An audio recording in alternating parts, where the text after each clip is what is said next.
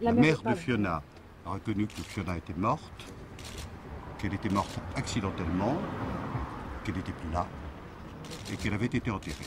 Absolument pas de médicaments, à la suite de coups. Voilà. Qu'elle n'a pas porté personnellement, bien évidemment. Il nie farouchement avoir porté des coups, à plus forte raison des coups mortels à cet enfant, qu'il adorait d'ailleurs. L'enterrement de la fillette, c'est dans les alentours de Clermont-Ferrand. Mon client ne se souvient pas du tout de l'endroit. Monsieur Hollande, sauvez-nous! On est là pour ça. Je ne veux pas, moi, me retrouver dans la situation d'être élu un jour sur une promesse et ensuite ne pas revenir parce qu'elle n'aurait pas été tenue.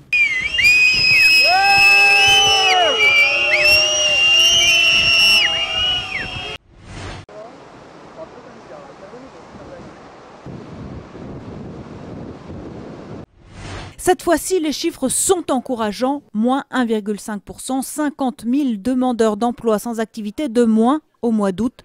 La baisse est très nette. Elle s'observe sur toutes les catégories, que ce soit les personnes sans aucune activité ou les personnes ayant eu une activité réduite.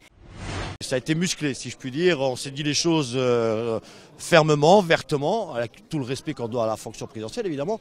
Mais on n'a pas mâché nos mots et on lui a dit toute la rancœur et toute l'amertume, la colère que nous avions depuis le 30 novembre.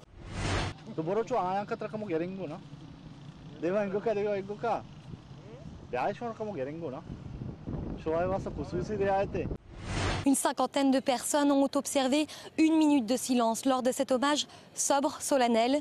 Une foule d'anonymes, d'élus politiques, de proches venus partager ensemble leur douleur et dénoncer un acte de barbarie, la perte soudaine de Corinne et d'Anne, assassinés sur le parking du centre commercial de Nairobi.